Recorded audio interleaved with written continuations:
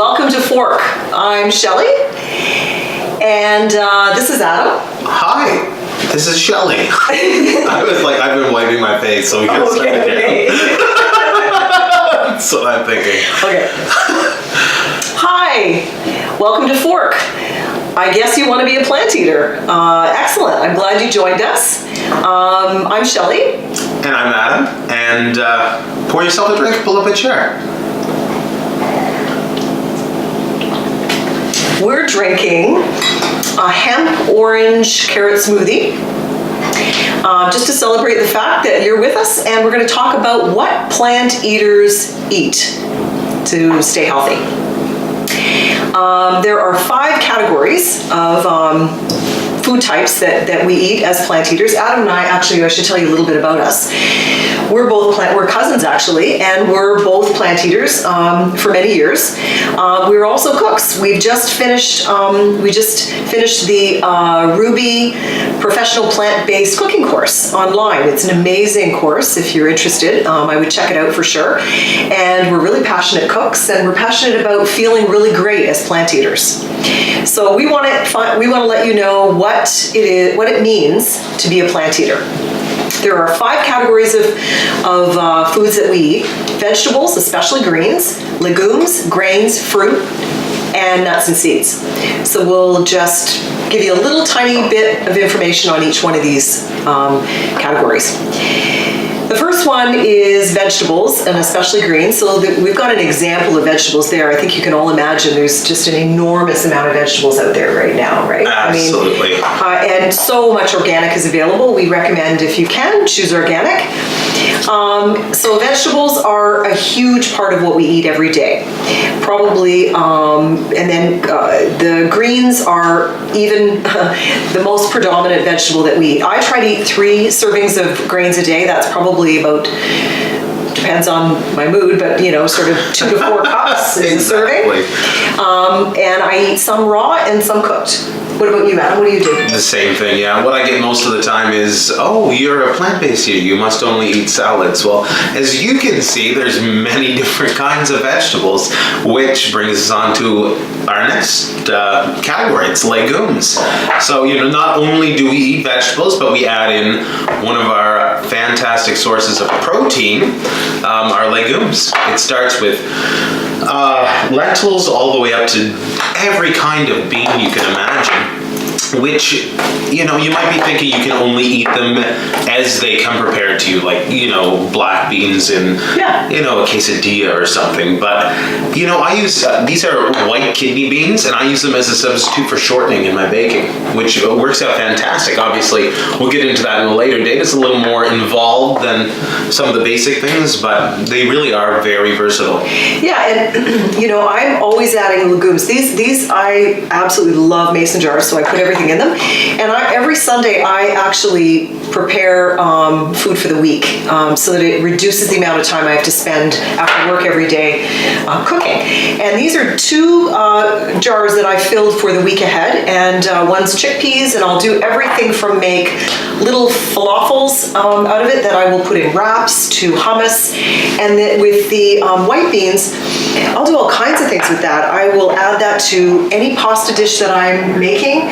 I'll turn it into a dip. I mean, it's really unlimited what you can do. And they're a huge, important part of what we eat. We try to eat all of the 5 categories every day. That's ultimately what you want to do, or certainly cover them every week, that's for sure.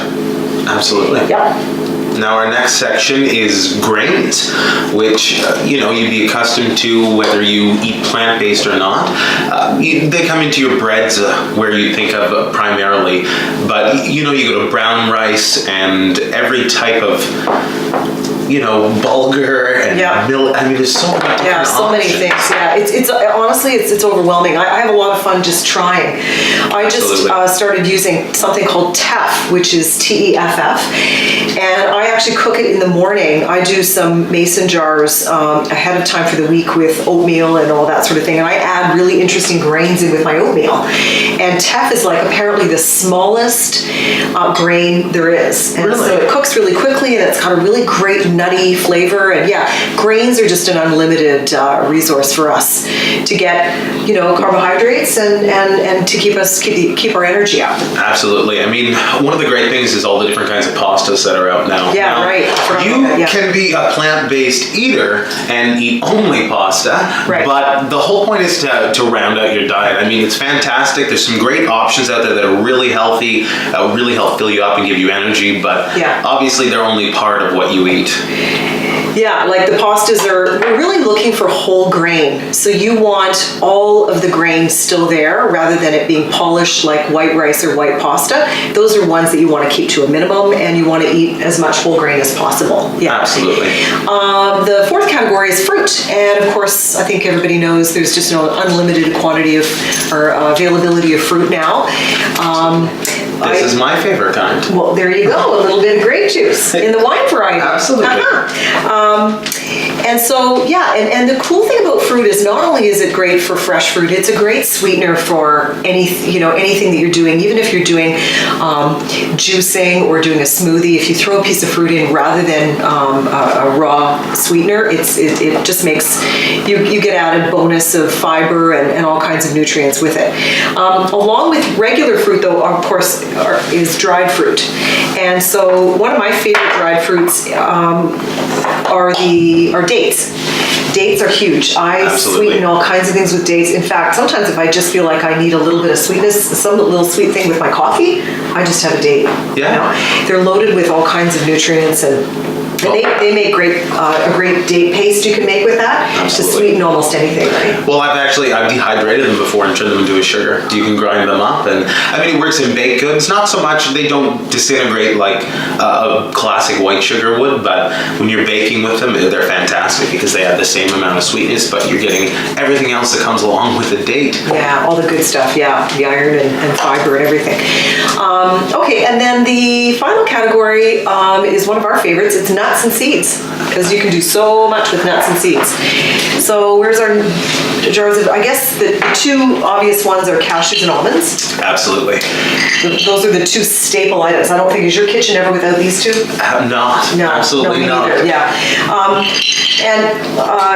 Adam and I have a favorite lasagna recipe that we both make a lot for our friends and stuff, and it uses a cashew crema, so you can create cashews into almost a cheesy sauce. Absolutely. And it's phenomenal. It really is. The almonds, tell these guys about the almonds. Almonds they basically make up our day-to-day lives in the nut category. I mean, we use everything, but this one here just we go from our milk to just snacks in general. I mean, they can turn into absolutely anything. Yeah. You know what I mean? Yeah, they're really, really good. And we'll have lots more videos in the future about how to use all of this stuff most effectively. Anyway, cheers, everybody. Thanks for coming. Check us out at fork.company, because that's where the conversation continues and the questions can be answered. And thanks. Thanks for coming. Yeah. Cheers. Cheers.